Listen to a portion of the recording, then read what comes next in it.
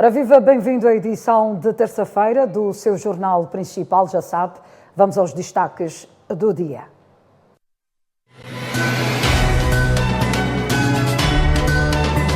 Carlos Machine diz que terrorismo em Cabo Delgado é uma tentativa de derrubar a Frelimo do poder.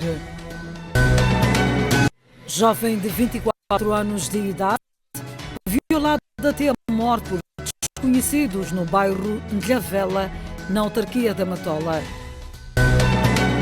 Norte-americanos decidem hoje o futuro presidente do país.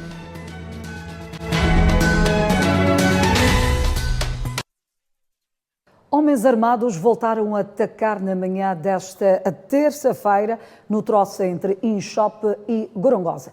Uma pessoa ficou ferida e a Junta Militar da Renamo nega a autoria do ataque. O ataque ocorreu por volta das 6 horas desta terça-feira, próximo da ponte sobre o rio Punga, ao longo da Estrada Nacional número 1. O ataque foi contra o autocarro de Maninguinais, que resultou em um ferido. Uma das vítimas do ataque contou à nossa reportagem como tudo aconteceu. Possivelmente 6h05. Nós saímos de testemunho 5 horas. Então, depois de passarmos em Inchope 40 km, fomos atacados. Só de repente começamos a ouvir tiros contra o nosso carro. E sofreram pneus, algumas janelas foram embora. Ninguém sofreu. Só uma senhora teve um pequeno ferimento, não grande coisa. Todos nós estamos em pânico. É difícil, né? É difícil. Não tinha chegado o nosso dia. Não sei como vai ser, porque nem Gorongosa ainda nem chegamos. Porque muitos ataques são atribuídos à autoproclamada Junta Militar da Renamo, liderada pelo Mariano Nhongo. Este grupo dissidente da Renamo nega que esteja a atacar nas últimas semanas na região centro do país. Não mais nada, a Junta Militar nunca fez mais ataque. Ok. E pretende parar até que seja divulgado o documento? Parar não, disparamos até a divulgação do documento. Sim. Não, a Frelimo não pode divulgar aquele documento. Sinceramente que Nhongo vai nos espalhar. Não. Este é o primeiro ataque de homens armados a se registrar depois do término da trégua de 7 dias, que foi decretada unilateralmente pelo Presidente da República, que visava aproximar a Junta Militar da Renamo para um possível diálogo. Enquanto isso, o líder da Junta Militar da Renamo, Mariano Nhongo, diz que não houve transparência na decretação da trégua pelo Presidente da República e diz ainda que continuam as perseguições a membros da Renamo, onde alguns já foram mortos. Mas irei instruir as forças de defesa e segurança a partir de amanhã, no intervalo de uma semana, parar de perseguir a junta. O líder da autoproclamada Junta Militar da Renamo, Mariano Nhongo, algures, disse que a quanto da decretação da trégua militar pelo Presidente da República, Filipe Nunes, não houve transparência, ou seja, enquanto estava em vigor a trégua, segundo Mariano Nhongo, os seus homens estavam sendo sequestrados, alguns foram mortos. A baradeira, eles colocaram a trégua. Já temos mais de 10 a 15 a 20 membros da Renamo, à noite. Fui me ligado agora mesmo, em Gondora, foram capturados nossos membros à noite. Bateram, amarraram o pescoço, puxaram, mas está puxando Gabriel, nem Gabriel nós matamos. Não puxamos, só decolamos. O líder da Junta Militar disse não saber os porquês da decretação da trégua. Trégua? Não, trégua de quê? Para fazermos o quê? Primeiro vamos negociarmos. Fazermos trégua com significado. Mariano Nhongo fala da liderança de Ossuf Momadi. Deixar-se partido. Não há de haver mais nenhum quase ser atacado mais. Eu estou te dizer isso. Tirar o Ossuf. A junta vai responsabilizar. Processo de desmilitarização, desmobilização e reintegração. O acantonamento a ambas partes. A desmilitarização a ambas partes. Enquadramento em todas as ramas da segurança. Daí a junta militar vai entregar o partido à sociedade civil. Conversações com Mirko Manzoni, enviado especial do secretário-geral das Nações Unidas. E acudem. Não encosta um lado, acude do outro lado. Mas o Manzini não está nisso. Eu não confio nele. Por isso, quando conversamos assim. Não tem cláusula com o Manzini. Mariano Nhongo disse que está a esperar do governo para possível consenso e nega dialogar com o Suf Momadi. Não, a junta militar ainda está na espera da resposta do documento. Se o governo quiser negociar com a junta militar, não é dizer que o Suf vai negociar. O Suf tem polícia, nós queremos enquadrar, vamos enquadrar atrás do Suf, tem polícia. Nós queremos enquadrar, vamos enquadrar no filho, o Suf tem filho. Não podemos enganar o povo. Fala diretamente, amigo, você é amigo, meu presidente. Fala diretamente, o povo ouvir. Não pode enganar o povo, o Suf vai aonde? Querem violar o documento do Suf, só os dois violaram. Nós queremos ser enquadrados. Esta violência armada no centro do país volta a reinar. Tenho comigo aqui em estúdio o Dr. Albino Forquilha, ele que é especialista em estratégias militares e vem-nos ajudar a fazer uma análise em torno desta trégua que, sinceramente, terminou bem ontem. O presidente Filipe Nyusi anunciou no passado dia 24 de outubro trégua de uma semana para promover o diálogo com a junta militar, os ex-guerrilheiros da Renamo. Doutor Forquilha, que apreciação faz passado uma semana sem qualquer evolução, neste caso, do aludido diálogo entre o Presidente da República e o líder da junta militar, Mariano Nhongo? Boa noite, telespectadores.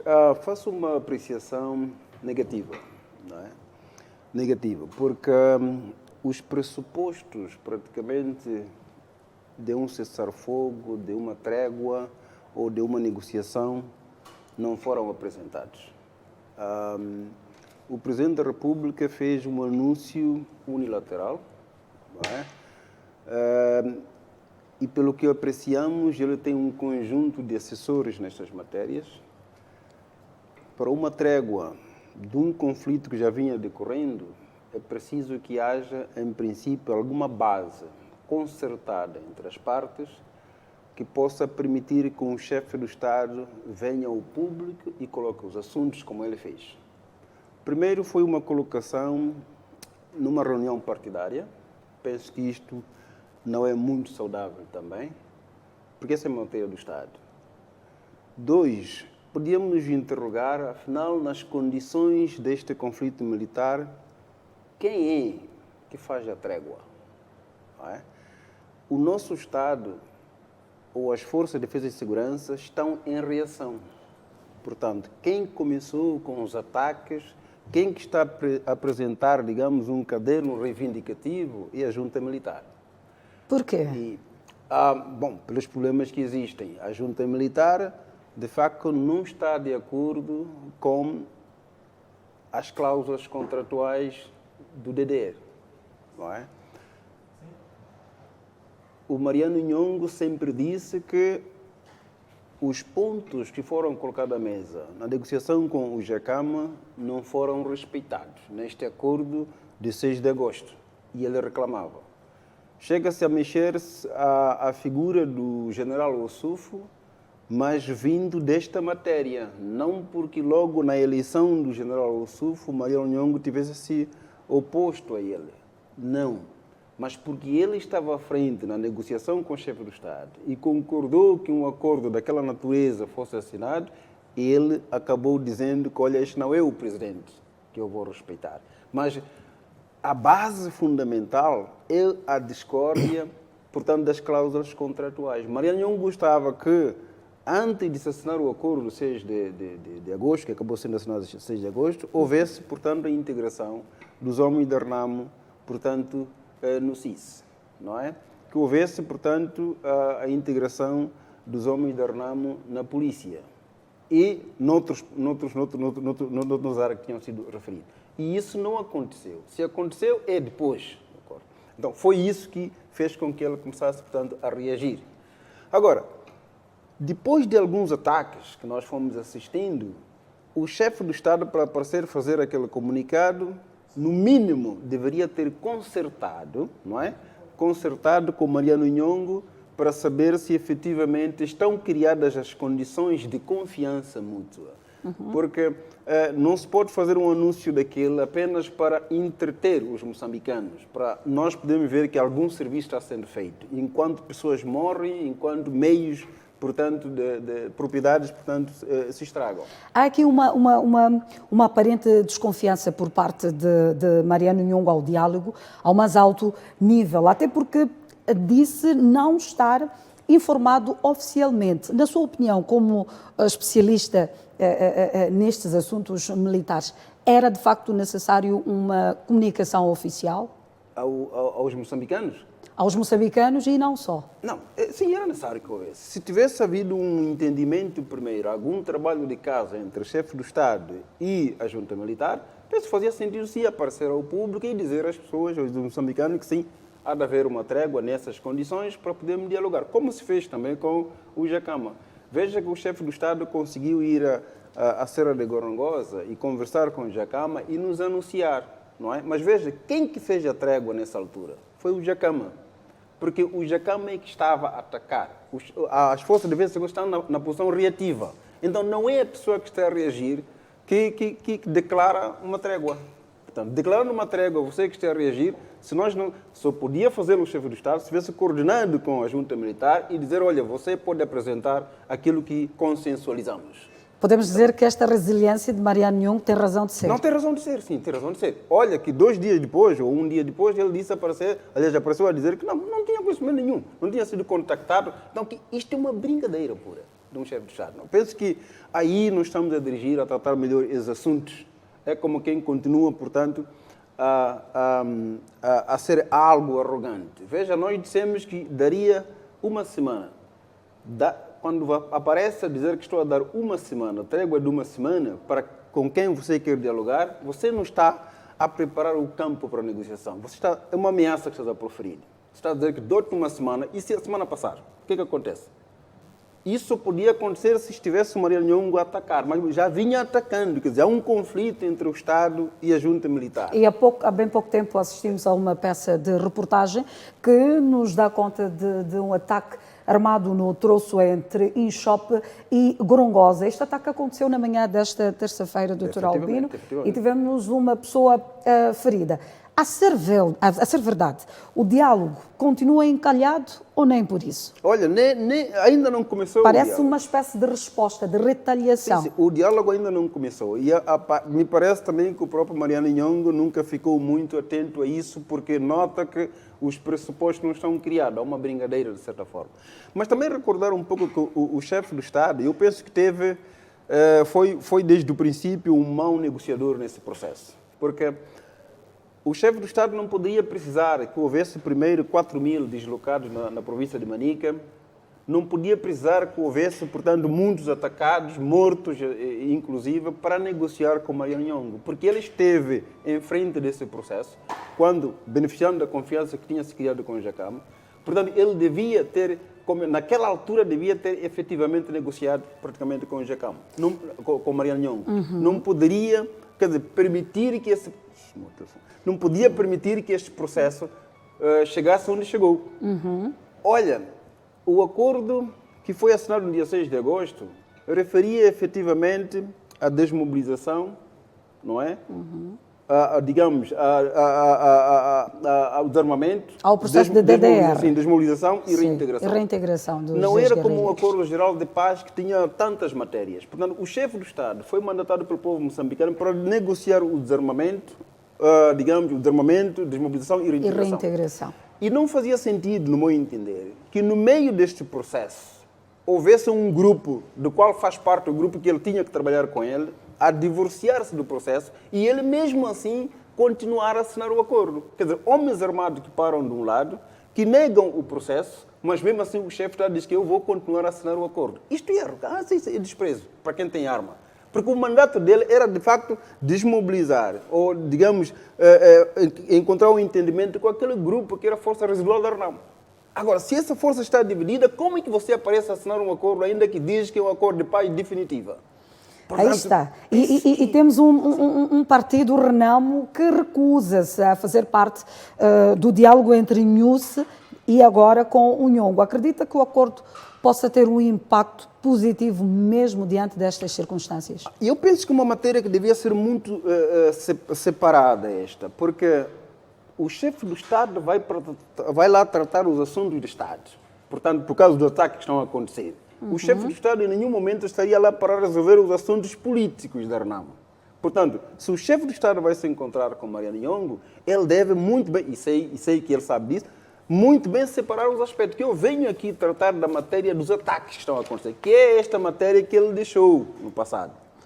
Agora, se existem assuntos políticos da Renamo, essa matéria tem que ser regada à Renamo. Exatamente, deve ser uma matéria interna do próprio partido. Mas é ali onde eu dizia que o Mariano Nhongo, desde o início, ele não se opôs diretamente ao general Nhongo, ao Issoufou Mamadou, porque eu lembro que até durante o Congresso, a ala militar da Renamo esteve lá e leu uma mensagem de apoio ao eleito. O Mariano Nhongo começa a se opor ao presidente porque ele concordava assinar um contrato como estava com o chefe do Estado, pondo de lado aquilo que ele pensava que eram cláusulas assinadas, aliás, concordado com o Jacama, que não estavam lá respeitados. Portanto, se eu estou à frente de um processo e este processo que estou a conduzir não, de facto, respeita os princípios, eu posso condenar o próprio presidente ou a própria pessoa que está em frente do processo. Mas não é ele que estava em causa. O que estava em causa eram as cláusulas contratuais. Mas hoje, ou atualmente, existe esta constatação, a liderança, contestação, melhor dizendo, à liderança de Issoufou Mamadou feita pela junta militar. Sim, é legítima? Concordo. A contestação da liderança do Issoufou Mamadou já vem por causa de ele ter aceito assinar um contrato, um acordo que eles viam de partida que não estava correto, não incluía as cláusulas contratuais, portanto, concordar com o Jacama. Então, esta constatação é legítima? É legítima, sim. Eu acho que é legítima, sim. É. Mas, afinal, que caminhos podem ser erguidos para, de facto, possamos travar estes ataques armados na zona centro do país? Tendo em conta o histórico do nosso país, nós sempre fomos atrasados, portanto, no atendimento a diálogos. Nós tivemos mesmo a situação na Guerra dos 16 anos e depois pagámos muito caro com isso. Tivemos aqui alguns desentendimentos com a Renamo, também pagamos caro com isso. Para o assunto como este do Mariano Nhongo, o chefe do Estado tem que ser humilde, como ele foi quando foi à Serra de Gorongosa. Portanto, propor que o Mariano Nhongo e a sua equipa possam, de facto, negociar com ele, percebendo claramente o que eles reivindicam. Se eles dizem que já mandaram algum documento, que se considere esse documento. Nós estamos aqui nas nossas casas, nós aqui comentamos porque ninguém está a disparar aqui em volta. Mas alguém que está lá, que perdeu o ente querido, porque tem mais dor do que nós estamos a fazer. Portanto, o que nós recomendamos que o chefe do Estado tem todo o campo para falar com o Mariano Nhongo, porque o Mariano Nhongo não está escondido como tal. Pelo menos ele sempre disse que eu quero negociar. Temos outros conflitos de que não sabemos por onde pegar. Mas por causa do Mariano Nhongo, temos que conversar com ele. Temos que ouvir o que quer e ver se atendemos aquilo. Bom, eu penso que é isso. Pois muito bem, Dr. Albino, eu vou também aproveitar este momento. Hoje os norte-americanos se fizeram as urnas para eleger o futuro presidente. Como é que faz esta avaliação? Temos dois fortes candidatos, Joe Biden, Donald Trump, que é já muito bem conhecido. Eu penso que, bom, cabe a dizer aos americanos, mas se tivesse que dar algum tipo como eu diria de facto que nós queremos que os americanos sejam, de facto ser um Estado que tenha o respeito com as diversidades, né? Digamos, o internacionalismo, não é? Nós queremos que os acordos internacionais que funcionam neste país possam ser respeitados. Nós temos vários acordos, dos quais tenho estado também a fazer parte, por exemplo, dos armamentos internacionais, não é? Que os Estados Unidos não tem estado a fazer parte, não tem colaborado muito. Como temos o Acordo de Paris, por exemplo, que puseram em causa, e vários outros. Eu gostaria que aquele que os americanos fossem a votar fosse aquele que, portanto, cria digamos, um mundo saudável para todos nós. Não apenas no sentido de pensar nos americanos como se as outras nações não tivessem povos que respiram, não tivessem humanos. Eu penso que, se digo isso, penso que cada um poderá perceber. Para um bom entendedor, Donald Trump não está a ser este homem. Bom, para mim, penso que não é ele que eu votaria. Sim. Pois muito bem, quem também vem nos ajudar a fazer esta análise é a nossa colega Ana Maria. Ana Maria, boa noite. É hoje que os norte-americanos fizeram-se às urnas, não é? Fizeram-se às urnas, a indicação da minha câmara é esta. Fizeram-se às urnas, vamos ter dentro em breve algumas projeções dos resultados preliminares. Boa noite, Ana.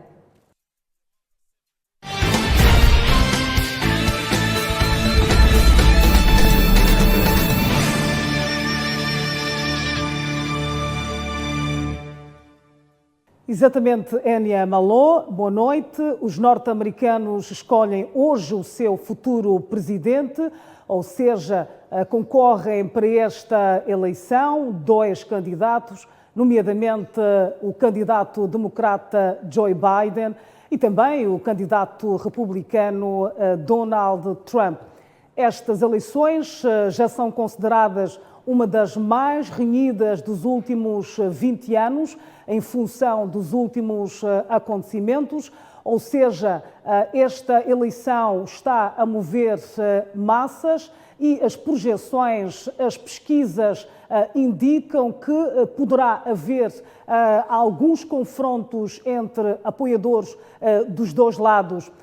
E também teremos então nesta emissão especial relacionada às presidenciais dos Estados Unidos algumas reações de analistas internacionais que estão baseados nos Estados Unidos e daqui a pouco teremos também a reação do analista Dário Kamal.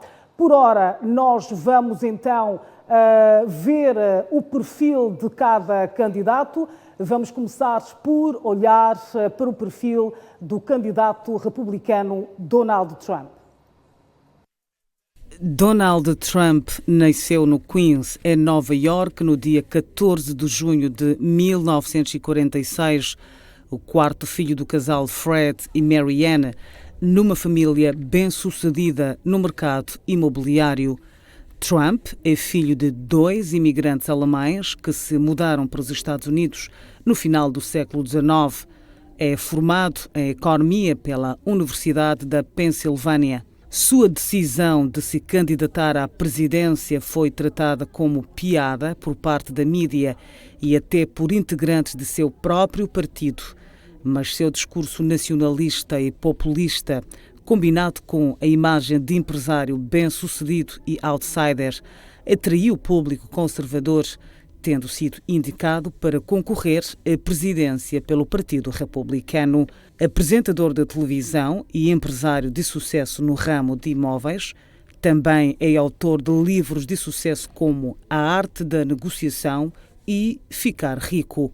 Trump foi uma das vozes mais conhecidas da política norte-americana a insuflar o boato de que Barack Obama não tinha nascido nos Estados Unidos, mesmo após ser desmentido diversas vezes com documentos oficiais. Assumiu a presidência no dia 20 de janeiro de 2017, tornando-se no 45º presidente dos Estados Unidos pelo Partido Republicano, ao vencer em 2016 Hillary Clinton em número de colégios eleitorais. Embora tenha vencido em número de delegados de colégios eleitorais, nas urnas ele foi derrotado por Clinton com uma diferença de mais 2,8 milhões de votos, é a maior já registada na história dos Estados Unidos.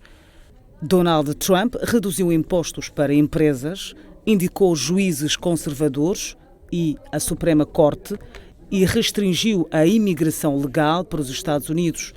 Com posições fortes e muitas vezes preconceituosas, Trump aumentou a divisão na população norte-americana e encarou derrotas em temas caros como a construção do muro entre Estados Unidos e México. No exterior, sua política América primeiro, com condução errática e pouco focada na diplomacia, criou arestas com aliados antigos como Canadá, Europa, Japão e Coreia do Sul. Ao mesmo tempo, Trump elogiou ditadores e líderes autoritários como Xi Jinping, da China, Viktor Orbán, da Hungria, Kim Jong-un, da Coreia do Norte e Vladimir Putin, na Rússia. Refira-se que antes Trump se registou nos partidos democrata, reformista, republicano e como independente. Em 1999, ele chegou a montar um comitê eleitoral para estudar concorrer à presidência dos Estados Unidos da América, mas ele desistiu de concorrer ao pleito que elegeria George W. Bush, tendo sido procurado por partidos para a disputa de 2004 e 2012, sem, contudo, levar à frente a campanha. Novamente, Trump tentará reverter sua desvantagem e seguir para um segundo mandato em Washington. Como disse, hoje os americanos vão escolher o seu futuro presidente e as pesquisas indicam que estas eleições poderão ser uma das mais renhidas dos últimos 20 anos. Algumas sondagens dão vantagem ao candidato republicano Donald Trump. Trump, neste momento, conseguiu, portanto, 317 delegados e Joe Biden 217 delegados. Mas estas pesquisas não podem ser levadas em conta, tendo em conta a eleição de 2016, que indicava uma vitória a Hillary Clinton, mas isso não aconteceu e Donald Trump saiu como vencedor. Daqui a pouco vamos então ouvir as reações de alguns analistas que estão baseados nos Estados Unidos, que, portanto, deram depoimentos ou vão dar depoimentos exclusivamente para a TV Sucesso. Mas por hora nós vamos então acompanhar o perfil do candidato democrata Joe Biden. Joseph Robinette, ou simplesmente Joe Biden Jr., nasceu no dia 20 de novembro de 1942 é um advogado e político norte-americano filiado ao Partido Democrata. Foi o 47º vice-presidente dos Estados Unidos de 2009 a 2017. Biden e sua família se mudaram para o Delaware em 1953. Tornou-se advogado em 1969 e foi eleito para o Conselho do Condado de Newcastle em 1970. Em 1972, sua eleição para o Senado o converteu no 6º senador mais jovem da história norte-americana. Entre 1973 e 2009, exerceu 6 mandatos consecutivos como senador pelo Delaware, período em que presidiu importantes comitês do Senado. No Senado, integrou por muitos anos e presidiu o Comitê de Relações Exteriores. Em 1991, se opôs à Guerra do Golfo, mas defendeu a intervenção dos Estados Unidos da América e da OTAN na Guerra da Bósnia em 1994 e 1995. Biden concorreu sem sucesso à nomeação democrata para as eleições presidenciais de 1988 e 2008. Em 2008, foi escolhido como candidato a vice-presidente pelo senador Barack Obama. Com a vitória, Biden supervisionou os gastos em infraestrutura destinados a conter a grande recessão e ajudou a formular a política norte-americana em relação ao Iraque até a retirada das tropas naquele país em 2011. Biden votou a favor da resolução que autorizou a guerra do Iraque em 2002, mas se opôs ao aumento de tropas norte-americanas em 2007. Também atuou como presidente do Comitê Judiciário, lidando com questões relacionadas a políticas de drogas, prevenção ao crime, liberdades civis e as nomeações de Robert Bork e Clarence Thomas para a Suprema Corte. O advogado e político Joe Biden esteve na liderança para aprovar legislações contra o crime violento e a violência contra as mulheres.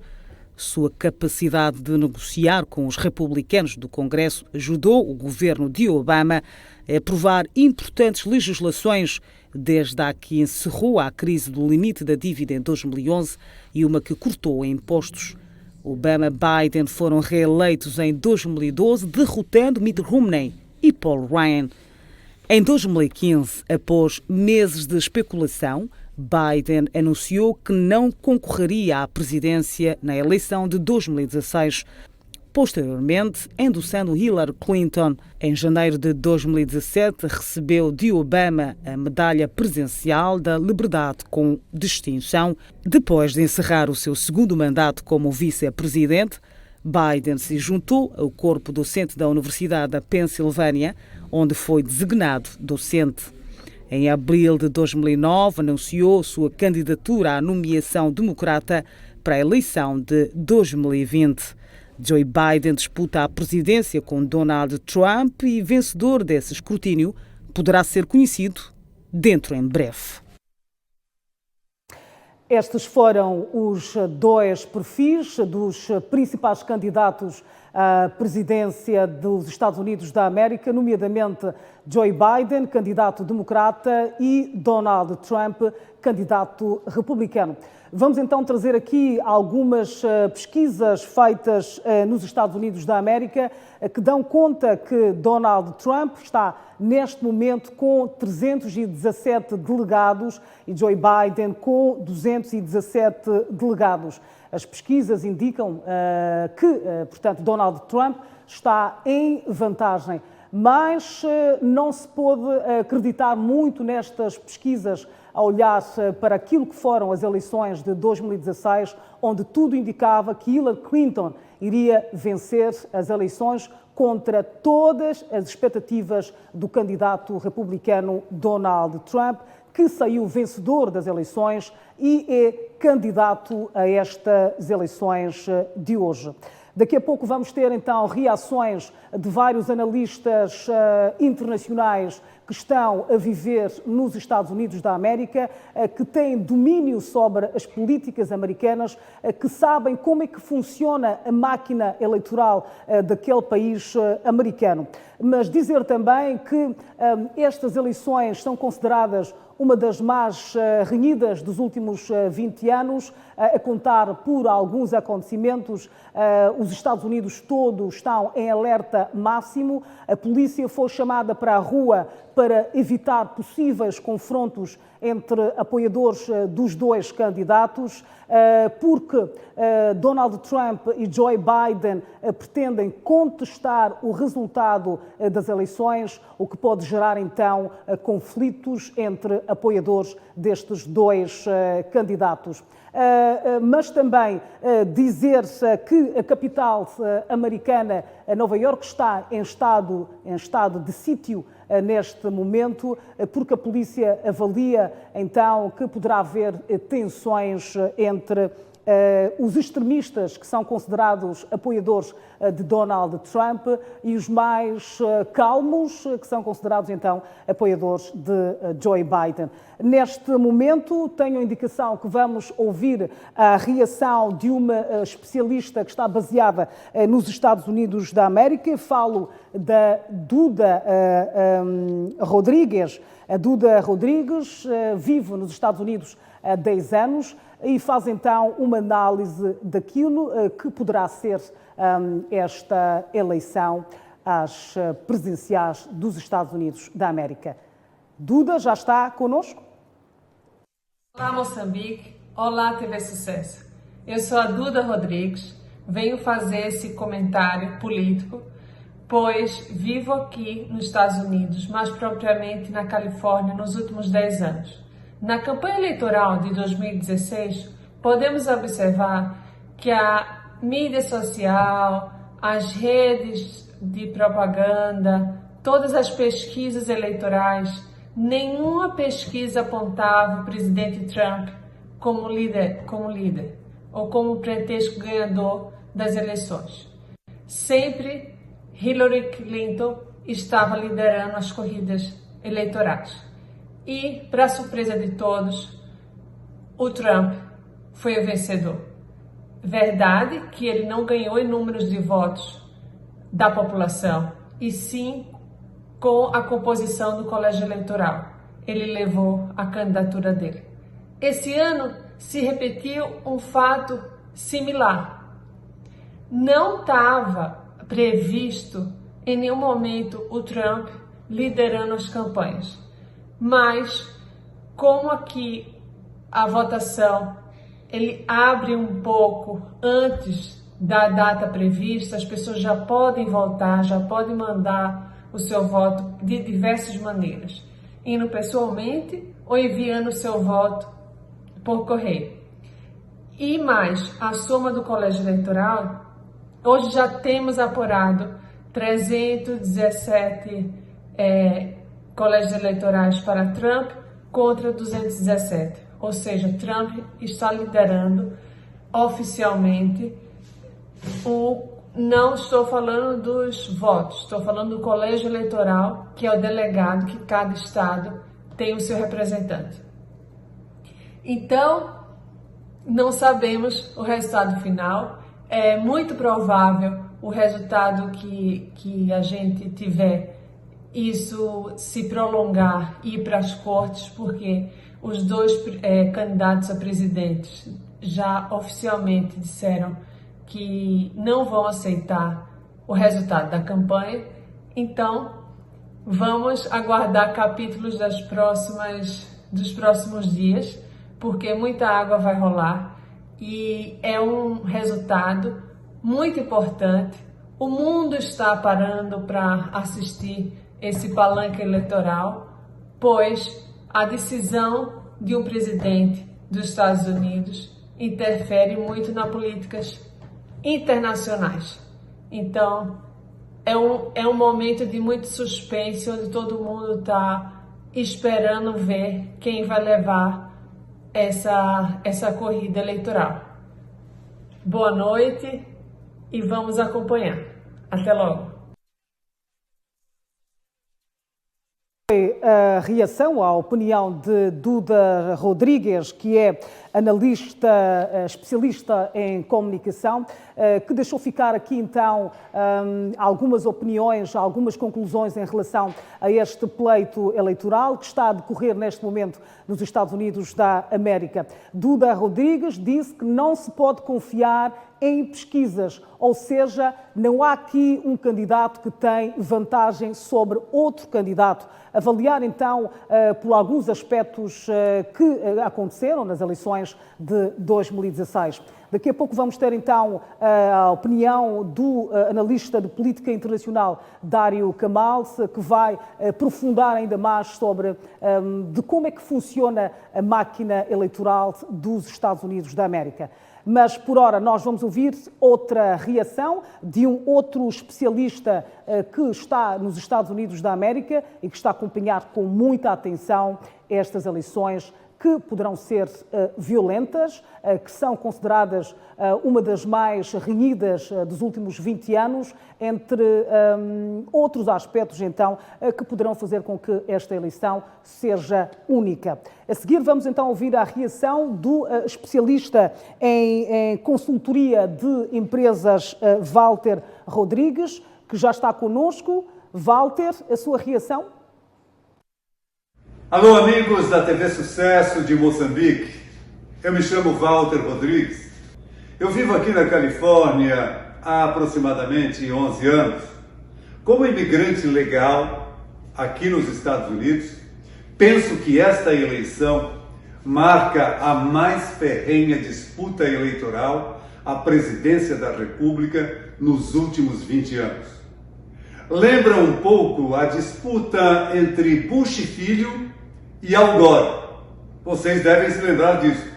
Após 3 ou 4 recontagens daquela eleição, Bush filho saiu-se vencedor, pois levou a população a votar nele com o apelo emocional, depois do 11 de setembro, de que capturaria Osama Bin Laden em qualquer parte do mundo, o que acabou não acontecendo. Acredito que será uma disputa acirrada. O Trump, nos últimos meses, perdeu terreno pela intolerância com os imigrantes, pelo descaso em relação à preservação do meio ambiente. Por outro lado, gerou empregos. A economia prosperou às custas das sobretaxas aos países que vendem seus produtos aqui nos Estados Unidos. Mas o que gerou pontos negativos ao governo Trump foram a catástrofe por falta de agilidade na elaboração de um plano para a pandemia como, por exemplo, como resultado, 9.330.000 pessoas foram infectadas, 233 mil mortos. Esses números, para um país de primeiro mundo, são demasiadamente grandes. Esta tese e a omissão dos Estados Unidos na luta pela preservação do meio ambiente transformou-se numa das plataformas da campanha do Joe Biden. Outro fator negativo foi a polícia ter matado George Floyd. A partir daí, o levante em alguns estados da população negra exigiu igualdade em seus direitos, o que fez o governo Trump passar a ser visto como truculento, autoritário e impositivo.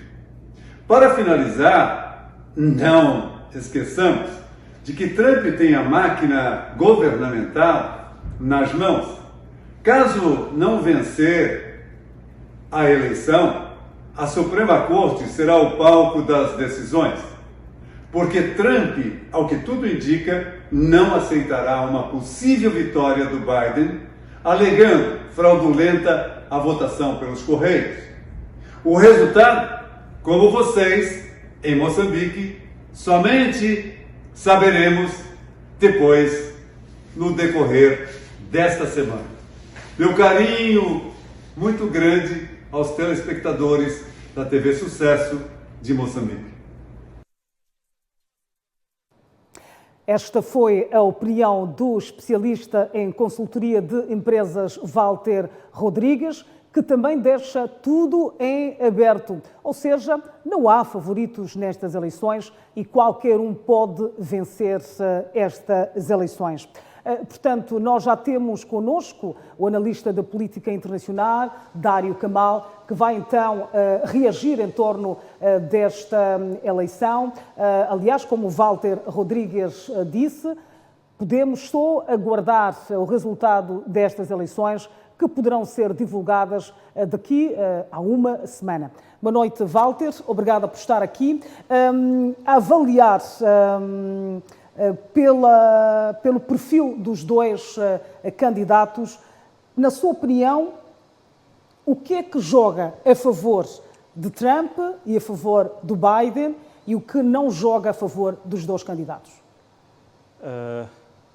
Boa noite aos telespectadores da TV Sucesso. Mais uma vez, obrigado pelo convite de estar aqui com vocês. Estas eleições são importantes porque os Estados Unidos é a superpotência que comanda o mundo e para todos nós, em termos de democracia, também é sempre um aprendizado. As circunstâncias é que vão ditar o vencedor. Não se trata da opinião, não se trata só do perfil deles. Há muitas envolventes e em tempos de pandemia, a pandemia também pode ajudar a ditar os resultados destas eleições. Muitas coisas jogam a favor de um, muitas coisas jogam a favor de outros, por isso tudo continua em aberto e vai continuar até o final. Primeiro porque deste ano as eleições já começaram no domingo, não começam hoje. Hoje é o colorário daquilo que foram estes dias de eleição. Depois porque, mesmo por causa do Covid-19, vamos ter um período maior para apurar os resultados comparativamente a 2016, nas eleições entre Hillary Clinton e Donald Trump. Olhando para o perfil de cada um e para aquilo que foram as eleições ao longo deste período, a campanha eleitoral ao longo deste período e os últimos anos, eu acho que a pergunta central daquilo que são essas eleições é: as pessoas querem mais 4 anos de Donald Trump ou não? Esta vai ser a pergunta fulcral para decidir as eleições. Fala-se muito dos eleitores latinos, mas representam 13%.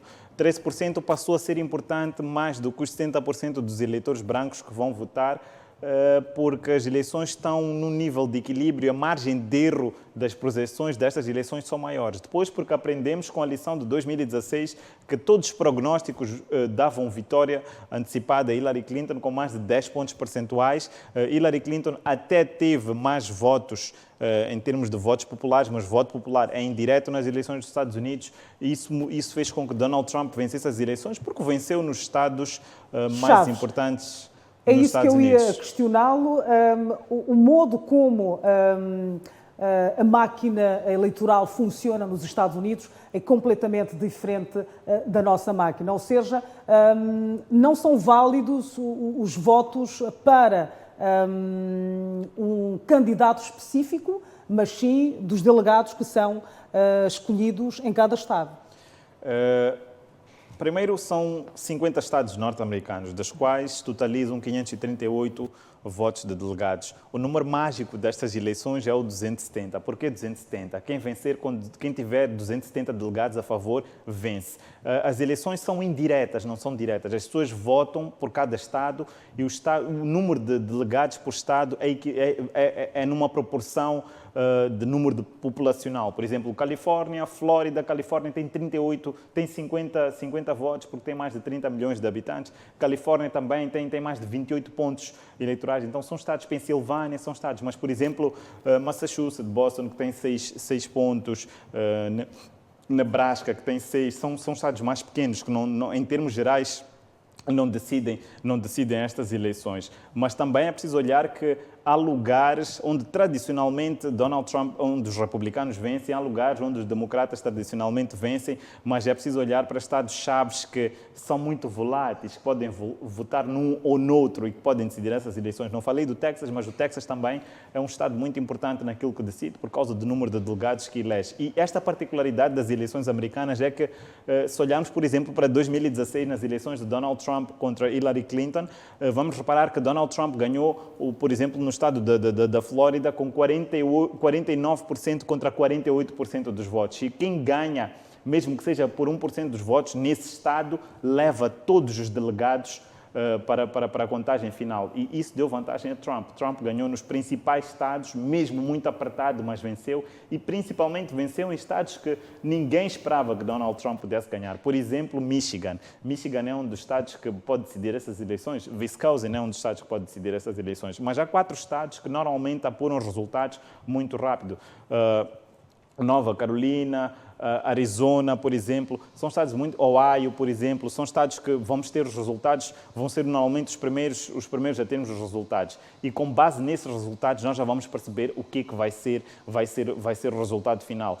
Se Donald Trump perder em 2 desses 4 estados, muito provavelmente vai perder estas eleições. Neste momento, teoricamente, Joe Biden tem vantagem, mas Hillary Clinton também tinha vantagem em 2016. Portanto, tudo é um cenário muito grande, muito aberto, tudo vai depender de quem vai ganhar na Pensilvânia, no Texas, na Flórida, na Califórnia. Então, ou seja, não se podem confiar nas pesquisas que são feitas naquele país, avaliar-se a situação de 2016, não é que dava vantagem às eleições americanas. Mas também o discurso populacionista de Trump poderá ser um valor acrescentado para ganhar desta vez? É assim, primeiro respondendo às projeções de 2016 não é que estavam erradas, mas nos Estados Unidos não é obrigatório votar. E nas últimas eleições também as pessoas menosprezaram os eleitores brancos que não têm estudos, que não têm ensino superior. E essas pessoas foram votar e acabaram votando em Trump. Há uma desvantagem que Joe Biden tem, que é a maioria dos eleitores que são a seu favor normalmente não vão votar. As minorias, os hispânicos, os mais oprimidos, essa minoria normalmente não vota. E isso é uma vantagem para Trump, porque se essa minoria votar, essa minoria normalmente dá vantagem a Joe Biden. E numas eleições em que 1% conta muito, isso pode fazer toda a diferença e fez a diferença. Este ano há uma nuance, antes de entrar para o discurso de Donald Trump. O discurso de Donald Trump teve um efeito borboleta. Por quê? Em 2016, quando Trump começou, todo mundo falava no Trump e ninguém falava na Hillary Clinton. Nós já conhecíamos a Hillary Clinton, mas Trump sofreu uma impopularidade pelo coronavírus, pela forma como lidou e como desprezou o vírus desde o princípio. A sua estratégia inicial do coronavírus, que era ter isto controlado, a pandemia controlada, ter uma vacina, ter os medicamentos e estar a fazer business com isso até junho, não funcionou porque o coronavírus continuou. Os Estados Unidos é um dos países mais afetados pela pandemia, é um dos países que também está a sofrer em nível de economia. Teve um lockdown forçado, apesar dos estados serem mais ou menos independentes. Houve um lockdown que Trump tentou evitar a todo custo, porque isso teve complicações económicas muito grandes e Trump vinha a criar emprego, vinha a estabilizar a economia americana e mesmo a guerra com a China pelas infraestruturas do 5G também continuavam muito em aberto, mas isto mudou muito. Depois, os ataques raciais também mudou muito. A população negra sofreu, isto foi um revanche para Joe Biden. E a vantagem dele também, nesse aspecto, é o facto de ter Kamala Harris, que é uma negra, para a sua vice-presidência. Isso conta muito porque também isso elevou a Barack Obama, que é democrata e é muito popular, pôde também capitalizar este lado mais impróprio, mais impopular de Donald Trump para os passos subsequentes. Mas também é verdade que em 2016 Donald Trump tinha um as nas mangas. Nos últimos momentos conseguiu trazer o escândalo dos e-mails de Hillary Clinton. Isso baralhou completamente a credibilidade de Hillary Clinton e diminuiu muito a percentagem de votos em Hillary Clinton. Exato. Agora, Joe Biden tem esta vantagem, recuperou muitos pontos, sim, é verdade, é muito mais carismático que Hillary Clinton. Hillary Clinton, por ter sido secretária de Estado, se calhar já tivesse um pouco mais manchada. Joe Biden foi vice-presidente nos 2 mandatos de Barack Obama e, portanto, leva neste jogo também naquilo que Trump normalmente costuma fazer, de marginalizar, porque esse era o seu discurso, marginalizar um pouco, trazer um discurso mais radical, que era o que as pessoas queriam ouvir, porque as pessoas estavam cansadas e queriam qualquer coisa nova. Exato. Desta vez já não funcionou, porque já não é novidade, nós já conhecemos Trump, já sabemos como ele é, e depois tem um outro fator que joga contra Donald Trump, que foi o impeachment que ele sofreu. O impeachment não ia passar porque o Senado é controlado pelos republicanos, mas o processo de impeachment também tornou um pouco Donald Trump impopular. Exato. Falou aqui da questão da Covid-19, que poderá, portanto, manchar-se, então, a candidatura de Donald Trump. Ele sempre foi cético a essa questão da Covid-19, mas depois tentou recuperar a confiança dos americanos em relação a isso. 9 milhões de pessoas foram infectadas e 13 mil pessoas morreram nos Estados Unidos em consequência da Covid-19. Mas, Dário Kamal, as pesquisas também indicam que estas eleições poderão ser violentas. Nova Iorque está em estado de sítio neste momento para qualquer situação de confrontos entre apoiadores dos dois candidatos. Como é que analisa esta violência num país que se mostra... pai da democracia. Exatamente, que é o pai da democracia. Como é que olha? Isto é um paradoxo. Não é um paradoxo, isto também, os ultraconservadores, os ultranacionalistas, isto também é um pouco provocado por Donald Trump. Ele próprio diz no discurso dele que não vai aceitar os resultados, só vai aceitar os resultados em caso de vitória. É verdade que há maior margem para fraude eleitoral num processo de votos pelo correio. Não haja dúvidas relativamente a isso. Mas esta forma de Trump dizer que eu só aceito os resultados se eu ganhar, e também ele não se distancia destas pessoas que ameaçaram os eleitores na pré-campanha, não se distancia destas coisas. Isso significa que Trump está preparado para legitimar este tipo de coisas. Agora, é um bocado complexo num país que normalmente é um país democrata, mas eu acho que ainda vamos ter reclamações. Em 2000 tivemos reclamações nas eleições de Al Gore, mas acho que vamos voltar a ter, porque os resultados, a meu prever, vão ser muito, muito renhidos. A vitória de qualquer um dos dois não há de passar dos 2, 3 pontos percentuais e, portanto, vamos ter sempre alguma agitação momentânea, também por causa das questões raciais que têm crescido dia após dia, porque a população, há uma nuance que muitas pessoas não falam relativamente, há um dado muito importante que nós não analisamos, mas que é preciso tomar em conta nestas eleições, que é a população hispânica, a população afro-americana nos Estados Unidos tende a crescer e o processo dos estados de colégios eleitorais ainda não foi revisto. E isto tem uma tendência, como a mesma que aconteceu em 2016, de Donald Trump ter menor número de votos populares, mas vencer as eleições. Porque ainda há estados que têm votos eleitorais muito maiores do que aquilo que deviam ter, e acho que há uma necessidade nos Estados Unidos de se rever isso, os colégios eleitorais, principalmente nas zonas litorais, onde os afro-americanos, hispânicos, latinos têm crescido, porque os descendentes desses povos já são americanos, já nascem e crescem nos Estados Unidos, já têm uma outra mentalidade e conhecem. Importante nas eleições. Nós vamos agora ouvir mais uma reação de um analista nos Estados Unidos da América, Dário Kamal. Antes mesmo de ouvirmos esta reação, muito rapidamente, 1 minuto, como é que, caso Joe Biden vença pelos democratas, que América podemos esperar? E caso Donald Trump vença, que América podemos esperar? muito telegraficamente. Se Donald Trump vencer as eleições, vamos ter a continuidade daquilo que a sua política vai continuar a insistir que o coronavírus não é tão importante, que a economia deve abrir e que o país deve seguir, e vamos continuar a ter aquela política externa, a guerra com a China, a guerra comercial com a China, e vai continuar a taxar os outros países. A sua diplomacia externa não é muito favorável, não é muito favorável aos outros países como o nosso, por exemplo, ou como os países da NATO.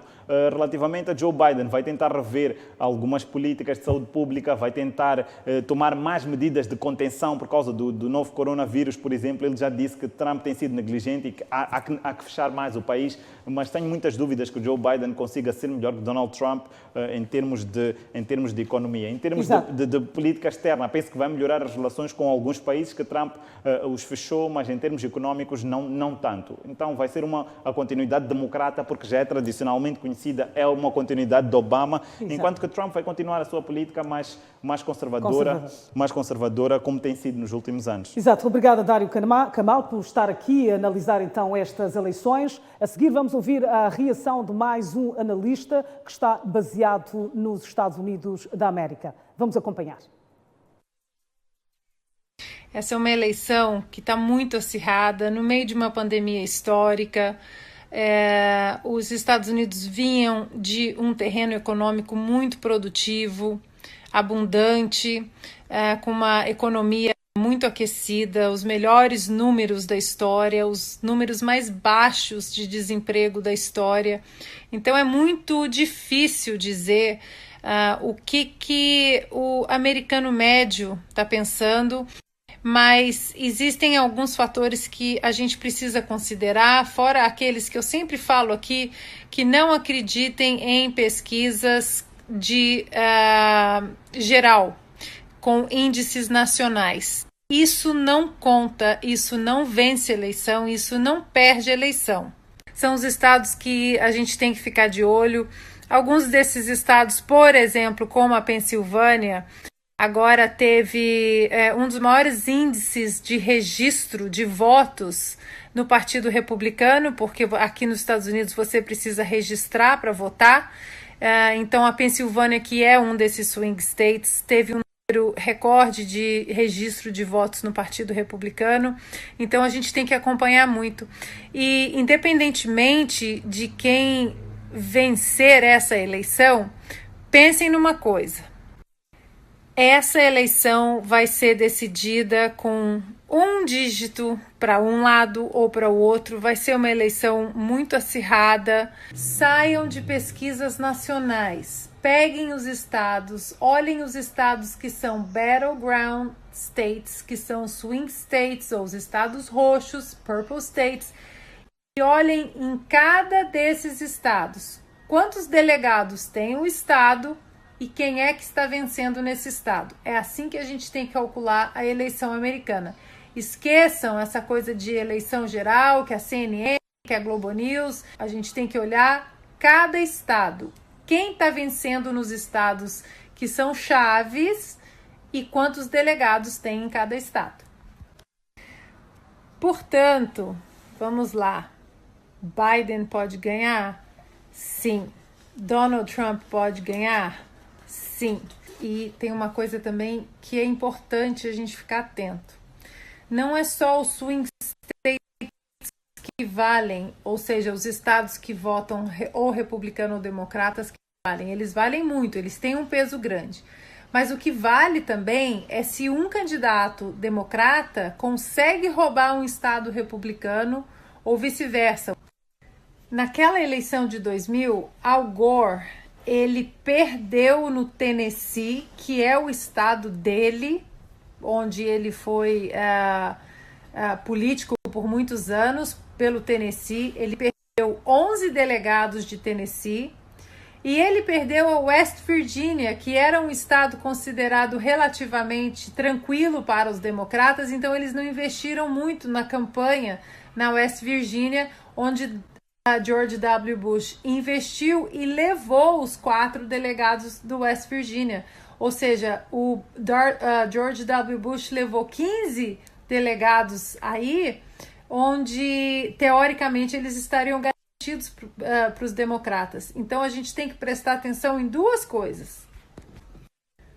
Os swing states, com certeza, os estados que o pêndulo vai de um lado para o outro, mas também as chances em alguns estados de um candidato virar aquele estado.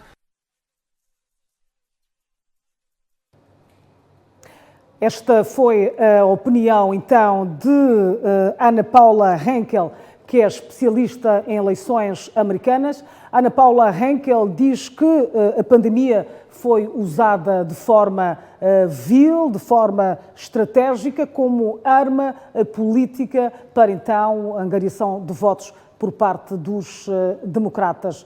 Nós vamos então encerrar este espaço de análises em torno das eleições norte-americanas e vamos então passar para a apresentadora Enia Malou, que está do outro lado para dar continuidade ao jornal principal. Mais análises sobre as eleições americanas, acompanhar aqui na TV Sucesso amanhã. Boa noite. De volta às notícias. Jovem de 24 anos de idade, violada até a morte e abandonada numa residência por desconhecidos no bairro Ndlavela, na autarquia da Matola. Trata-se de um corpo de uma jovem de apenas 24 anos de idade que foi encontrado sem vida neste pequeno corredor no bairro de Ndlavela, ao nível do município da Matola. Tudo indica que a jovem teria sido estrangulada por malfeitores que depois do ato tiraram a sua própria vida. Os munícipes, os vizinhos contam com tristeza o que aconteceu. Pai, nem posso dizer que é triste. É triste. A moça sofreu. Até a boca estava, não sei se rasgaram, estava cheia de formiga, areia na boca. A menina está a sangrar. Esse bairro está muito mal. Esse bairro está muito mal. Houve violação. Lhe violaram, depois maltrataram, violaram, fizeram tudo o que eles quiseram. Essa filha aqui não tinha problemas com ninguém, só saía, voltava para casa. Nós também não sabemos o que aconteceu. Hoje investigamos, vimos que era uma nossa filha daqui da zona. Sim. Que idade? Tinha 24 mais ou menos. Acho que foi uma violação, assim. Porque ela estava de qualquer maneira. Sim. Saiu ontem, contei 3, mas também o namorado ligou, perguntou que já voltou ou não.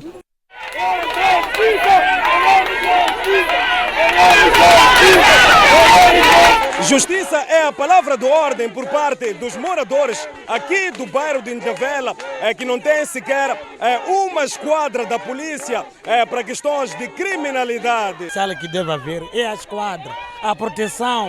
O bar é elevado, é tão grande, mas o bar em si não tem proteção.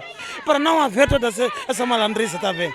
Só se faz e desfaz, porque não há polícia, não há esquadra. Pedimos aquela de justiça. Aqui no circo aqui não temos aquela de esquadra. Grande problema para sair da casa de banho. É grande problema. Já pediram para esquadra, porque veja lá as nossas filhas que estão andando aquilo ali. De círculo tínhamos uma esquadra, depois tiraram. Foram a complexo, de complexo também tiraram. Aqui perto não temos esquadra. Aqui, ou quando acontecer alguma coisa, temos que ir até T3.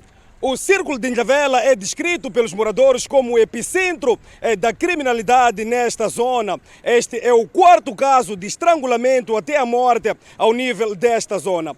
Quando 19 horas ali no círculo, você não passa. Apanha os meus fatores, estão sentados lá à espera de você a voltar de serviço. É sempre aqui, ali no círculo, a esquina deles ficam ali. Um problema, porque nós também vamos saber que há aquilo de polícia aqui no lado. São imagens de Valdo Massinga, Filipe Muyanga, TV Sucesso.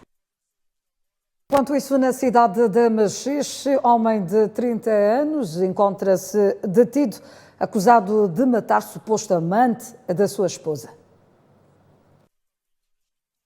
É vendedor ambulante na cidade de Machixe. Está detido, acusado de ter assassinado um suposto rival. Crime ocorrido em julho último no bairro Rumbana 3.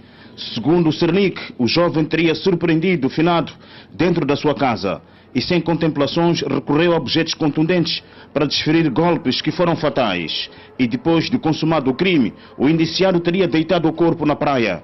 o jovem refuta todas as acusações que lhe é imputado. Não matei ninguém, eu. De minha vida, nunca matei ninguém. E como é que a polícia te leva para aqui? Eu também não sei. Não sabe o quê? Isso sim está me explicar. Diz que eu matei ninguém, não matei ninguém, eu não sei. Conhecia a pessoa que morreu? Não? Não conhecia. Entretanto, a viúva conta que no fatídico dia, o seu marido teria lhe despedido que ia à pesca com seus amigos e não mais voltou. Aliás, segundo a fonte, o finado deslocou-se à casa de amante, onde foi confundido com o ladrão. Chegou lá em casa de amante, pediu licença, então lá dentro estava o marido de quem do amante. Então o marido do amante saiu, pegou nele, alegando que ele era ladrão. Então dali bateu a ele, levou a ele, foi lhe jogar na praia, matou lá na praia. Como sabia que ia para a casa da amante, seu marido? Ouvi conhecimento já depois do enterro com pessoas alimentar. O Serviço Nacional de Investigação Criminal em Inhambane diz ter feito um trabalho de fundo e não tem dúvidas que o jovem detido é o principal suspeito do crime hediondo no bairro Rumbana 3. Ele não está obrigado a aceitar, mas o Serviço Nacional de Investigação Criminal formou o corpo de delito para a responsabilização deste indivíduo. Acreditamos nós que este indivíduo é o mesmo que assassinou e foi jogar o corpo na praia. Quanto tempo de investigação? Levamos mais ou menos um mês para investigar este caso. A esposa deste jovem também está detida por cumplicidade. O suposto assassino está indiciado no crime de homicídio voluntário qualificado e arrisca uma pena extraordinária de 40 anos de prisão maior. Este ano, a província de Inhambane registrou 36 casos de homicídios, sendo 27 qualificados e 9 simples. Direção Nacional de Identificação Civil identifica e processa 3 funcionários acusados de cobranças ilícitas para garantir celeridade na emissão de bilhetes de identidade.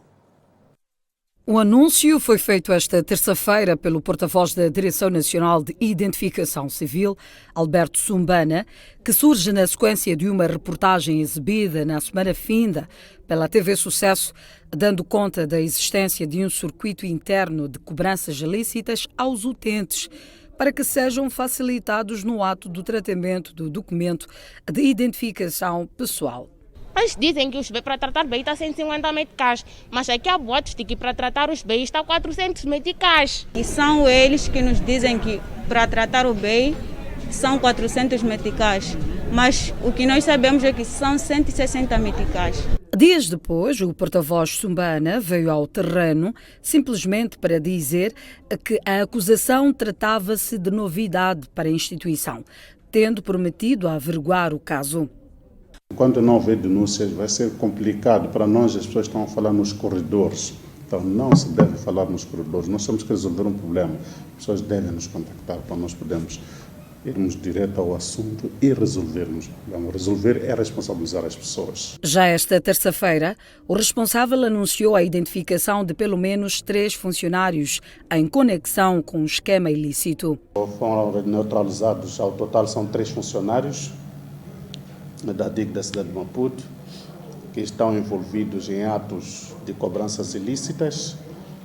E na sexta-feira, o primeiro caso deu-se aqui, neste posto, em que um cidadão, que se supõe seja intermediário, angariava pessoas e trabalhava com alguém aqui dentro.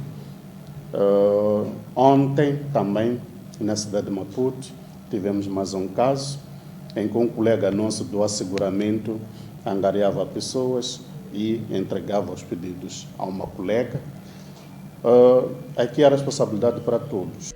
Os acusados já foram processados disciplinarmente e criminalmente, conforme explica Sumbana. Há processos que estão a ocorrer, está a ocorrer neste momento o processo disciplinar, está a ocorrer o processo disciplinar e criminal, tudo em simultâneo. não estão detidos, mas as investigações, o trabalho investigativo vai prosseguir os seus trâmites junto das entidades competentes. Este incidente acontece num contexto da retoma de emissões de bilhetes de identidade após a paralisação devido à Covid-19, o que de certa forma propicia enchentes na Direção de Identificação Civil em Maputo e não só.